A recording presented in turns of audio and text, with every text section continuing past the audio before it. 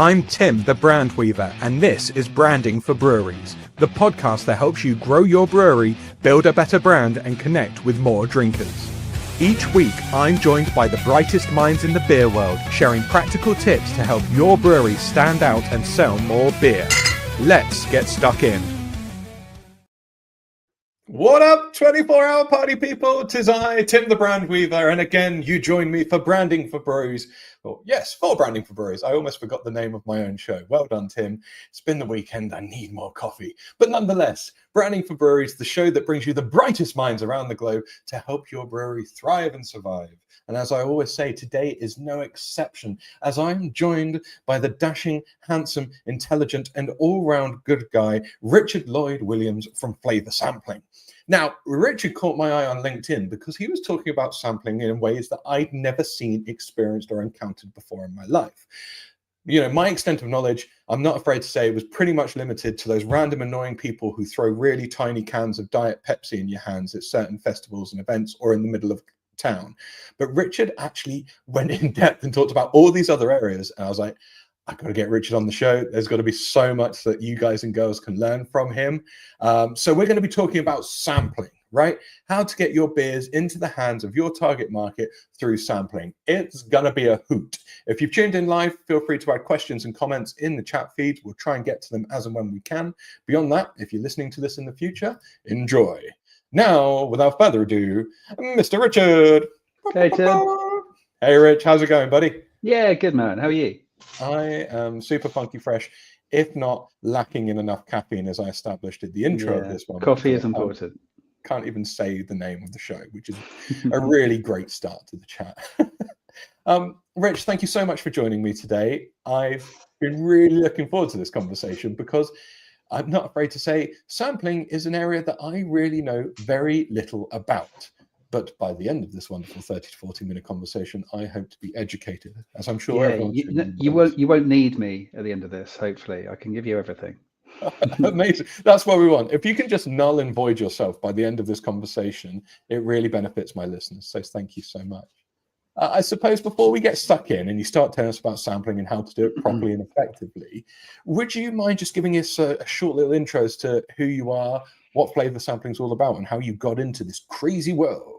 Yeah, of course. It's called, we call it actually the dark art of marketing in a way, especially for food and drink. It's always been there. It's ever present, right? It makes sense. Sampling works. You try something, you like it, you're more likely to go and buy it. Not rocket science. But my background was actually in experiential marketing. So anything at live events, festivals, shopping centers, stuff like that. And sampling back in the day sat underneath that little prism, I suppose. So what I saw is lots and lots of sampling campaigns that were done, as you had described actually, with very little targeting, very little kind of thought, a bit of a bolt on, but I kept on seeing that it worked to a degree. So where Flavor came from, it's myself and my friend, we've known each other since we were 17, Kurt, both worked in different areas of experiential marketing. Decided that there was probably a better way at looking at sampling from a more strategic point of view. So more targeting, more measurement, more thought out process around how and where and why you should get products into people's hands and just build it up from there. Amazing. So with the audience who's listening here, obviously brewery owners and people in the brewery sector, why should they be caring about sampling when I can imagine the first thing that they're going to be screaming out is we've got to give away some of our beer for free? Come on, we're struggling to make a profit on it as it stands. But what's the benefit to it?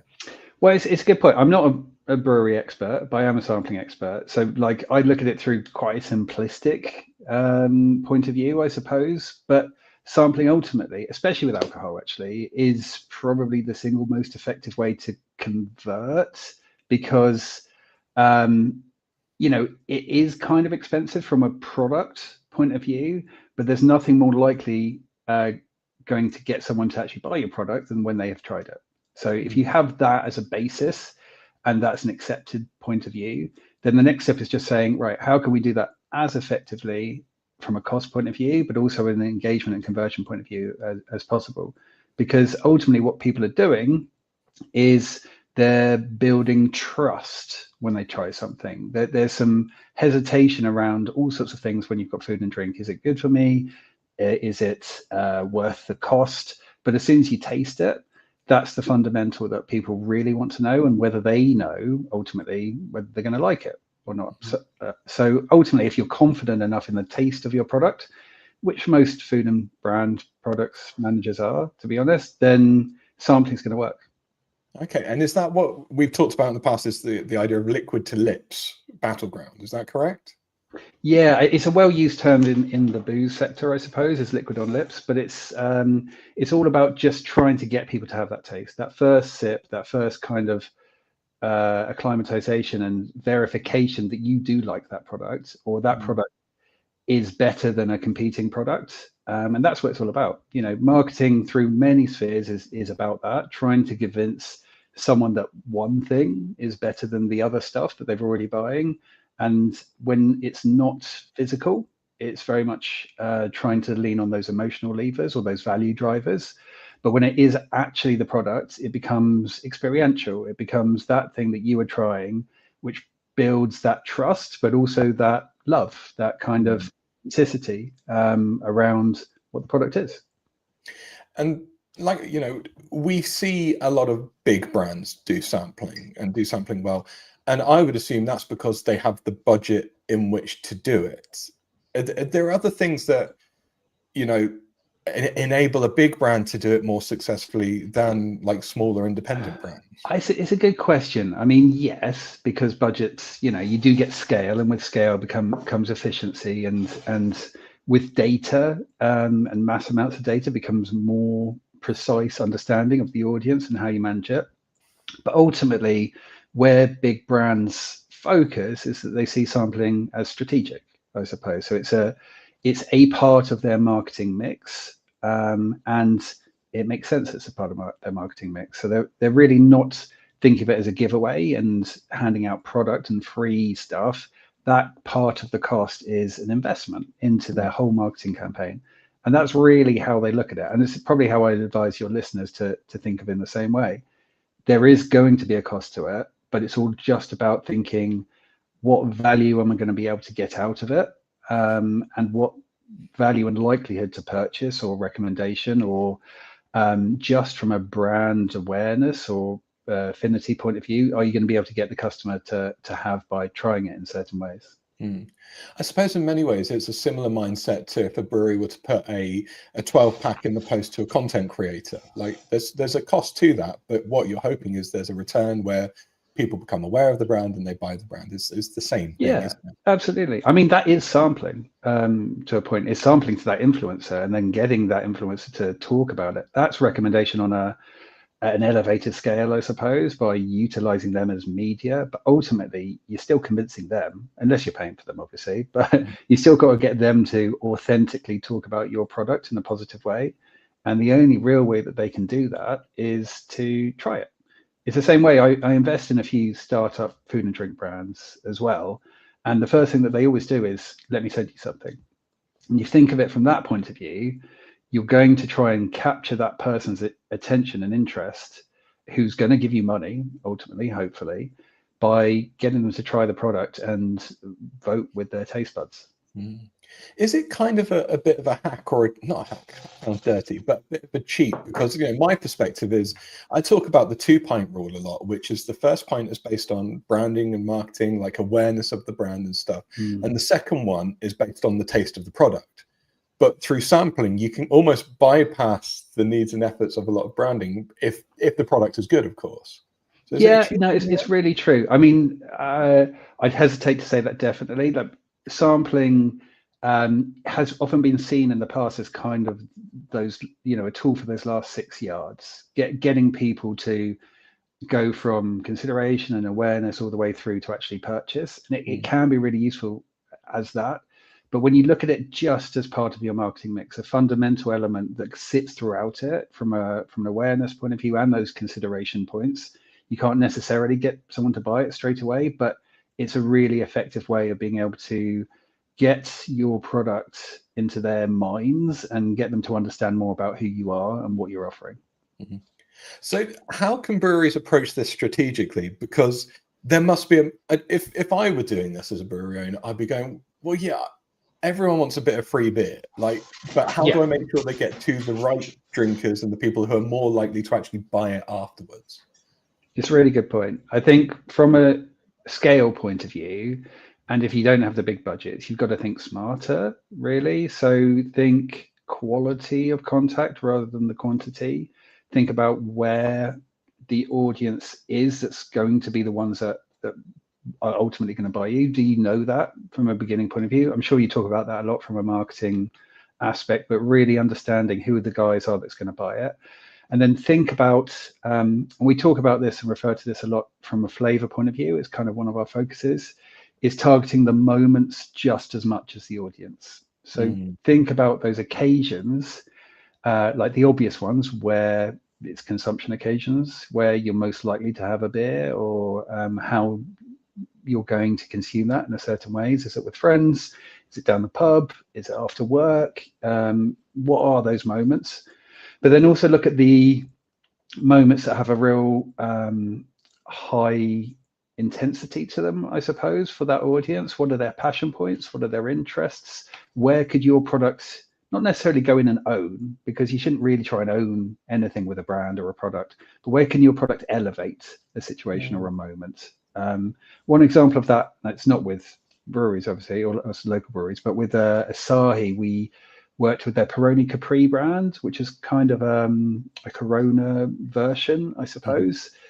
And there were lots of festivals going on that they didn't have the pouring rights to, but that was very much where their audiences were. So one of the things that we really tried to do with them was to target the occasion of going to the festival. That's part of the experience, and how you can actually talk to them. So we looked at transport hubs, the routes from tube stations to the sites, anything in and around where people could be going, campsites, things like that. And that's where we tried to engage them with a cold can of beer, essentially, which was always really appealing on a hot summer's day. And you became part of the journey and part of the story even before you get to the festival, which ends up being more memorable as a way. I think that's really interesting. Like, yeah, hijacking, if you can't get, behind the walls, behind the gate kept area, actually taking a few steps back and looking at that journey leading up to it, you can just as easily be the train beer on the way there, or Yeah, absolutely. And our model is kind of an integrated sampling model. So that by virtue means that we look at every possible way to get products into people's hands. There's three core areas, I suppose, where live is all the traditional stuff, face-to-face, festivals, offices are a big one in that as well. But then there's in-home sampling channels. So that is, you can probably work out, getting into people's homes. So that's subscription boxes, takeaways. One area that we see a lot of interest is Airbnbs and hotel locations where it's left in the fridge or left on the side as you go in. Gives you that really nice state of mind when you're going into a space. And then there's digital sampling as well, where you're not necessarily handing the product out there and then, but you're targeting really specifically, gathering people's data, and then either sending them a free product through the post or a digital coupon that they can go and redeem in a pub or a store or wherever else. And that mix allows you to really, I suppose, get into those moments without the restriction of having to be there face to face. Think about where and how and why people would want to try your product, and how that will elevate those little moments around the commute or Thursday night dinner or whatever it is that you can see could be habitual or interesting and exciting, and then place your product in as many of those as possible and test it and learn to see which ones are the ones that are actually making the most impact. I want to come back and like try and put some structure around that and using almost like a little case study shortly. But just in the back of my mind, breweries have this quite open opportunity for sampling a lot of the times, because if you walk into the pub and go, can I try a little bit of that? 9 times out of 10, you're going to get like a little thimble or a little measure of it. So there's always been that natural association with sampling if you have the confidence to do it as someone walking into the venue. do you think it's worthwhile, like, encouraging brewers and breweries to kind of put a little bit of messaging around their tap or on their clip to go ask for a free sample? Could that be beneficial, or does it not work that way? Yeah, no, absolutely. I think so. Because especially in the craft brewery world, there is a lot of uncertainty, and people do, en masse anyway, a lot of people do go back to what they know. So you need to try and break them out of that habit. And you need to try and not shock and awe them, because that works to a certain extent, but more drive them to trial through absolute convenience.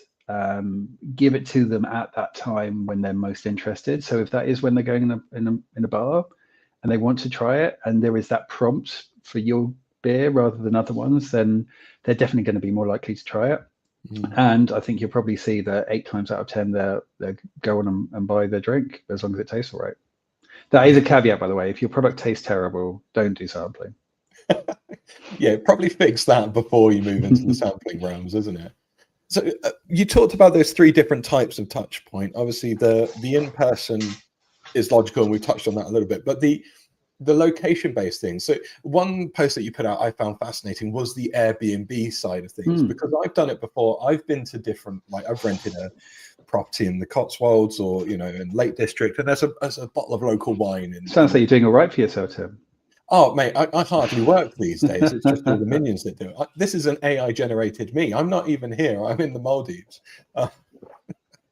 Anyway, how would a brewery go about, like, kind of getting their beers into, like, Airbnbs, rented venues? Because where do you start? Well, no, it's true. I mean, we've got systematic databases with loads of different ways of doing it, but again, that's because we work on scale, as a mass approach. But from an Airbnb point of view, it's as simple as going on Airbnb and having a look at what's out there, and then contacting them directly. Hosts love it. I quite often rate an Airbnb by the goodies that you're given anyway. If there's a lovely little hamper at the beginning, then they're probably going up a score as a rating in general. So you're not going into a situation where you're asking for something for free. You're giving something for free, and you just want to be able to kind of include that as part of your own strategic thinking. But it is really as simple as, Airbnbs aren't always the answer, but thinking about where those moments are right for you and your product and your brand, and where your audience is likely to be, and then how you can get it in front of them, and making some calls, doing some research, and getting it to those places. So, like, what other places would you consider, like, suitable areas for exploration? I think we talked about barbers a while ago. I think that's a really interesting one, because a lot of the time we're going, like, oh, do you want a cup of tea, or do you want a coffee, or actually we've got a local beer, then you might get uptake there, but there's got to be other places as well. Well, salons are great, and it's one that we do a lot with beers, actually, and it's always surprising by the level of efficiency that comes out of the end of that, actually. So we measure, and one point here is you've got to measure everything that you do. You need to be able to measure it in some way. We use incentivized surveys with QR codes, so people will scan it and then tell you what they've gone on to do, or whether they like the product, or how likely they are to purchase it, and things like that. But with the salon and barbers, we consistently see a higher claimed purchase rate after trial than almost any other channel. And it was a bit surprising at first, but when you kind of dial into it, a lot of people who go into a barbers then go to the pub. So there's almost this, like, immediacy of that pre-moment and that positive situation in that moment bleeding out onto an immediate environment where that product is available, and there's a real natural kind of purchasing state as well. So linking those 2 things together is an interesting one. And you were saying about takeaways as well. Is that the same kind of approach that you take as an Airbnb? You look at certain restaurants, independent chains, and how's that? Yes, it can be. I mean, we do that slightly different. So we work with Deliveroo. So we're their exclusive sampling partner. So anything that goes out through Deliveroo, so that's a rapid grocery delivery side, the quick 15-minute grocery orders, or their takeaways comes through us. But there's a lot of way to do it. You can, if you know local restaurant partners, go round and offer it. There's a caveat there, because it's alcohol licensing laws, and you need to make sure that they're set up to do that. as well. There needs to be age verification from an alcohol point of view, but there's nothing to stop you. It's all about just looking at, I assume, like your local environments where you're most likely to be driving some of those immediate purchases on the short term. So thinking about who in that remit, and whether it's tourists, whether it's locals, what's their day to day and where they experience and what businesses and situations and occasions are in there. Your dog agrees. Then figuring out ways to be able to get into those spaces, and putting those processes in place, mapping it all out, deciding up front how much you've got to spend, how much you've got to give away, and what you're comfortable with, and plotting it out across the next month or quarter or year even. Nice. And you're right, the dogs do agree, hence the rapid muting and still going on Big now. beer lovers. Can't get enough of it. It really can't. Okay. I think that's really, really cool. I love the idea and the opportunities that it could present to breweries. Yeah, I mean, there's things like, especially from a tourist point of view, and I haven't really tapped into this. I mean, this isn't brewery related, but we're doing stuff with kids clubs at the moment. Definitely not beer related, Different guys. market. Yeah, but it's similar in a way because there's a specialized market. There's a niche in terms of audience of kids-based products that you can't hand out to kids because that's irresponsible. So then you've got this real finite amount of time where you need a kid to be with their parents, and you need them to be in a situation which is not as stressful as usual, if that's possible. So where you see it a lot of the times in supermarkets, when I've been around with my son in the supermarket, I want to get in, I want to get out, I don't want to chat to people handing out little cups of something. So being able to look at those kids clubs, think like Little Kickers and Rugby Tots and other versions of that along the way, where it's a positive environment. It's kind of recommended by a figure that they respect in terms of the coaches and things like that, and it's handed out as part of the end part of it. It's given to the parent and the kid at the same time. They share it positively. Then it becomes this real powerful situation.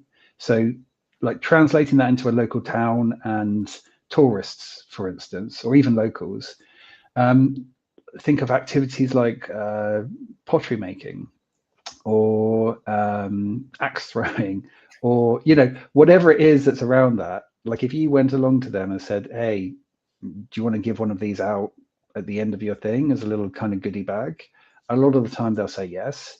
And even if it gets to a stage of saying, look, for everyone you give out, I'll give you £1, then it starts to become paid media in a way that you can track and start to see, is it worth that £1 plus the bottle of beer that I handed out? How many sales have I got off the back end of it?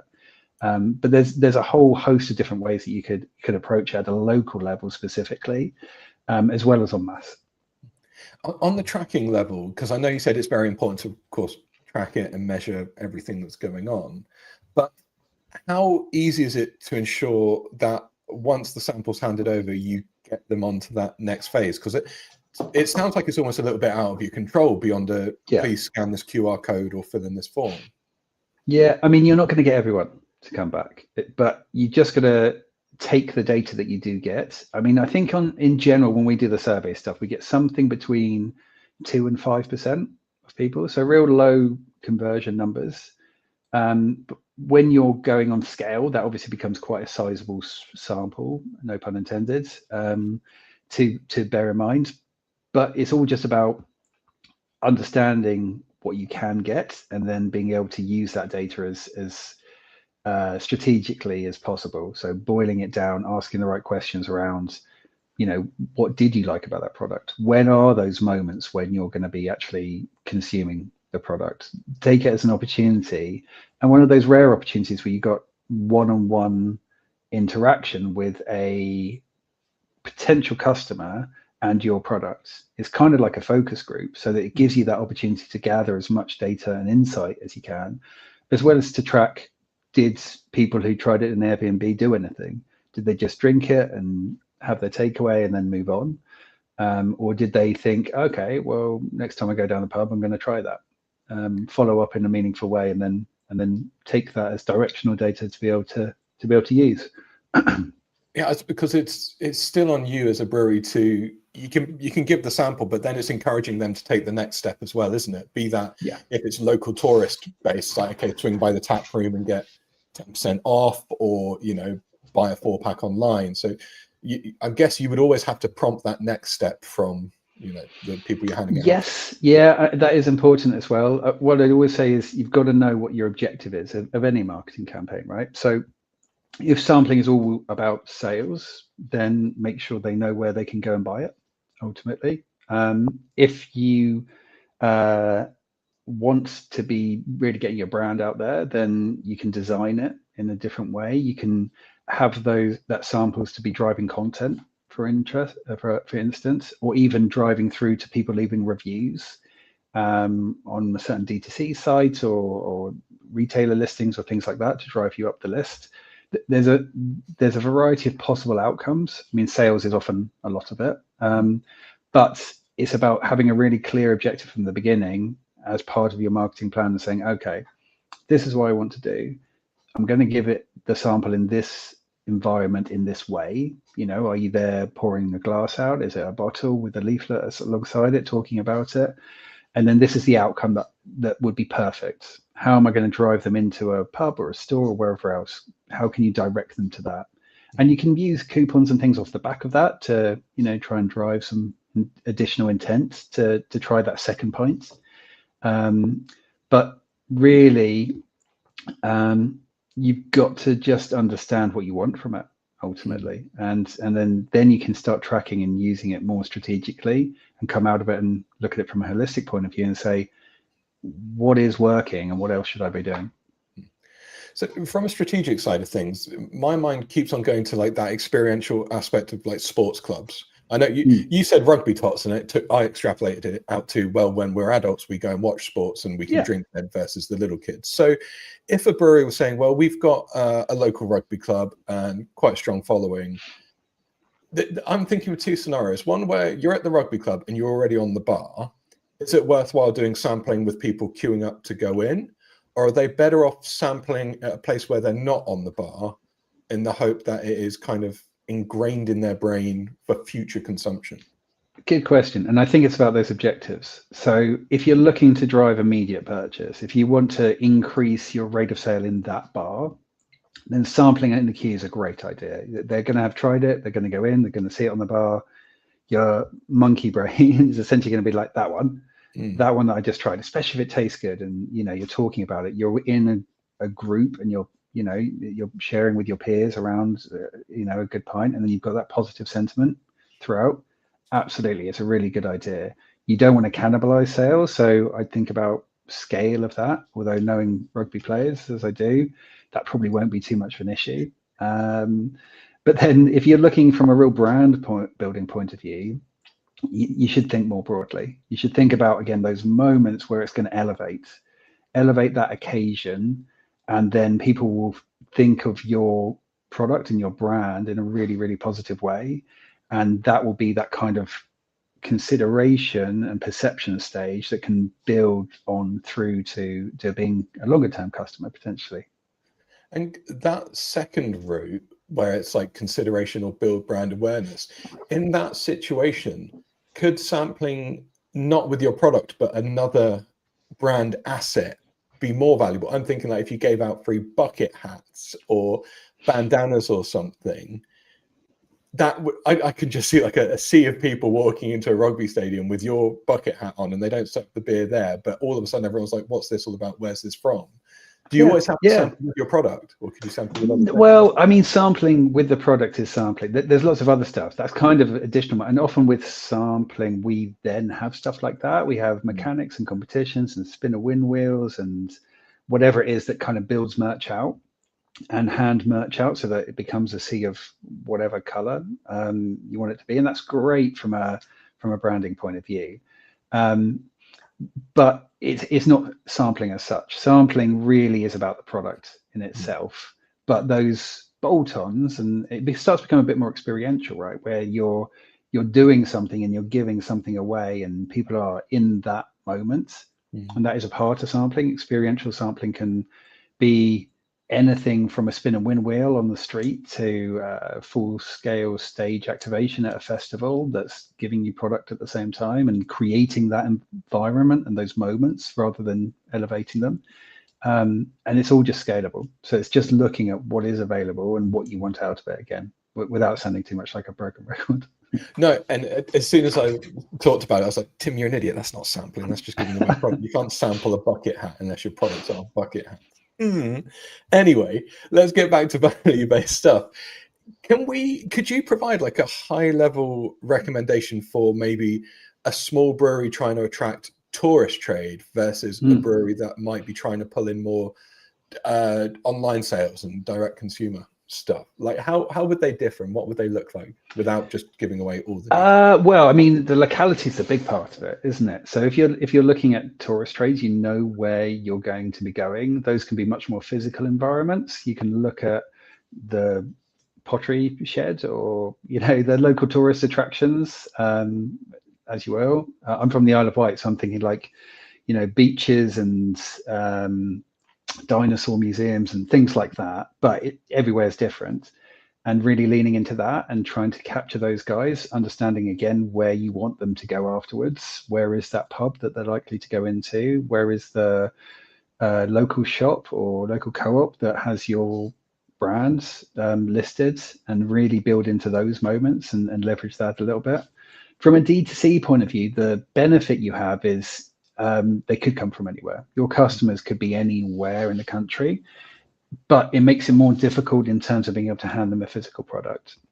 So that's when things like the in-home stuff comes into its own, where you can hand it out and direct them with a link to go to that site.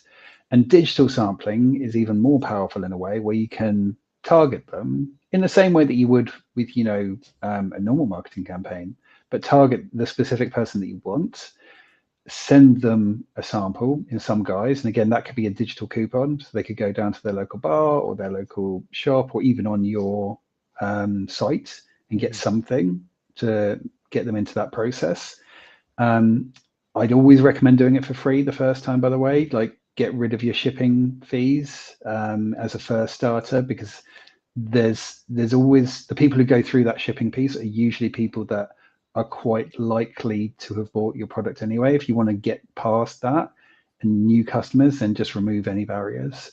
But by doing that, you then get them to try it, and then you get them in the system. The digital thing means that you've got a workflow. You can make it programmatic, and you can keep them coming back and keep pushing out different types of comms to be able to talk to them.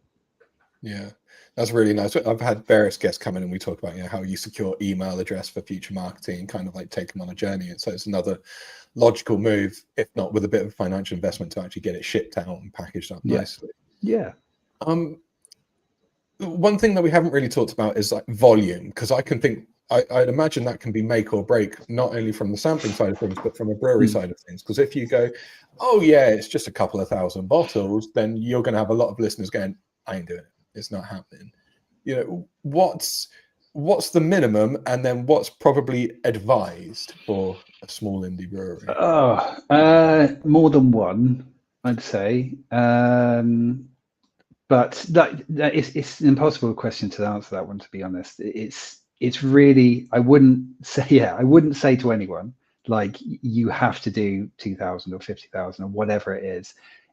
Sampling does work, and it really just depends on your scale and your own capacities and budgets and whatever else. So by all means, start small.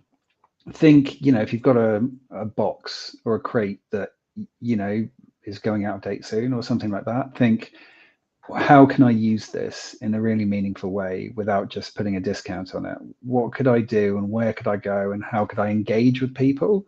And then test it, and then see what has happened out of the back of that. And just think of it as much as you would think about any of your other marketing channels. What cost is that to me? And then how much is coming out at the end of it? Can you share some of the success stories? Because I'm really interested to know, like, what kind of returns, when done properly, like businesses could expect from sampling. Sure, I'm going to have to get my portal up here because I don't have all the stats to my hand. You don't But remember all the numbers off the top of your head, Rich? Come on, man. I know. What am I talking about? So, I mean, one of the most, I mean, we talked about Asahi in general, and we worked on a multi-brand campaign with those a couple of years ago, where it was Peroni Capri, Asahi Superdry 00, and Peroni 00 as well. And it was a nice big campaign where we looked across lots and lots of different channels, including salons and the Airbnbs and on-trade digital stuff and things like that. But when I look at the sales metrics on that one, on average, we saw a claimed purchase rate. So this is the survey and saying, you know, since trying your thing, have you bought it? Yes or no? So that was 30%. So a third of all people who tried a product went on and bought it. And that gave us a return on investment of 2.7 to 1. So for every £1 spent, you get £2.70 back in revenue, bear in mind. So we're not talking profits here. But it shows you that if done well, you can really look at driving value that comes out at the end of it. It doesn't need to be a loss leader. But equally, you should look at it appropriately and not assume that it's going to get you money in your bank straight away. It is marketing ultimately, and we all do the marketing things to try and drive sales ultimately, but it's a complex beast. So if there are brewery owners who are listening, going, yeah, actually, we've got a couple of boxes that we could probably spend. Like any tools or platforms or systems that you recommend they look into to just make the job of measuring it and tracking it that little bit easier? Yeah, I mean, it's just a survey. Like, it's a very simplest way of doing it. I mean, try and get your sales data from wherever it's going to as well lined up, so you know you can start seeing if there's any spikes and trackability around different things. Initially, I try and do one channel at a time because that makes it much easier to measure. You can see what's it done, has it had effect on sales, and do something else the next week. Try and make it have as much parity as possible. But apart from that, it's get a survey set up. Could be on Typeform, could be on SurveyMonkey, whatever works for you. And then the way that we do it is alongside a sample, we have a leaflet with product information and a QR code saying, scan here for your chance to win X. That shouldn't be product related, I'd say. Make that cash prize. We usually see something around the 250 quid mark works well as an incentive, but you only give away one, mind you, so it's, you know, not too bad. And then people will scan it, fill in the survey as you need to. Make sure you think about the answers that you want, you know, things about your product, things about those consumer insight questions, recommendations. Have people done that? Have people gone on to buy it? How likely they are to buy it? Questions around that, and set it up. And then all you need to do is go onto the survey portal and check the results. And like, what's a recommended kind of like time frame for something like that? You know, is it you do it over a week or is it a month to get a good amount of data? So in terms of the actual survey, I'd leave it open for 4 weeks at least. Give people enough chance to go and execute some sort of action, but it really depends on the type of channel as well. You know, there are some like Airbnbs where people stay there for a week or a weekend at least. So if you give a box to a host, for instance, and they can put a couple of bottles out for every person that comes in, and then that might last them a month or a couple of months or however long. So bear in mind how long it's actually going to take to execute. Whereas if you just go down to somewhere that has high footfall, like a tourist attraction, for instance, then you could get rid of 1,000 in a day, probably. So, you know, they've got different timescales as well. So just vary it based on that. Yeah. Okay. Rich, I honestly can't thank you enough for this. There have been so many aha moments for me, and no worries. After this, yeah, there's so much to consider, but I love the idea of just getting in the mindset of your target consumer, what the goal is, and kind of track that journey and how you can integrate into those moments, those experiences. What I like to ask most of my guests at the end of these chats is, you sat in a bar or you sat at a pub, and turns out you sat next to a brewery owner. And he's like, oh, well, I'd love to chat, mate, but my cab's just like 2 minutes away. But like, yeah, like, why bother? Like, what is the kind of the thing that you would like quickly impart on that brewery owner about sampling in the hope that they give it a go? I guess the question I'd ask them is like, would you be more likely to buy something if you've tasted it? If you've tried it, would you be more likely to buy it? The answer is usually yes. And then it's just saying, okay, well, when you're sampling, it's not just about who you're sampling. It's about when and where you're talking to them, when and where those moments are. And really, a few hundred samples done in a targeted and considered way can do more than 1,000 samples given out en masse. So you can start this small and you can think about how you want to do it and what you want to get out of it.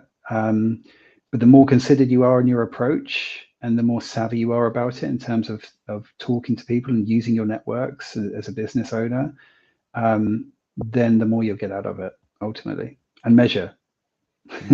Otherwise, it is free stock. True. Rich, again, my man, thank you so much. If people are interested and want to find out a little bit more about what you're doing with Flavor, or indeed just pick your brains a little bit more in the hope that you provide even more free value, where should they go? Where should they find you?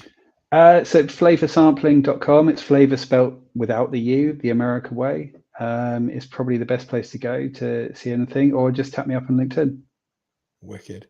Well, everyone who's been listening, thank you so much for your time. Even if you're listening in the future, yes, I'm talking to you from the past. Thank you very much for tuning in.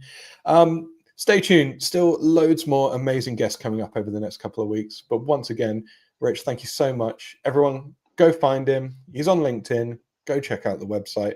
I'll put all the notes in the comments. But until then, you rock. Bye-bye. That's a wrap on this week's episode of Branding for Breweries. If you got something great from it, hit follow, like, and subscribe on your favorite streaming app. Or even better, leave a review, share it with your brewery pals, or get in touch, because I want to chat to you. Rock on!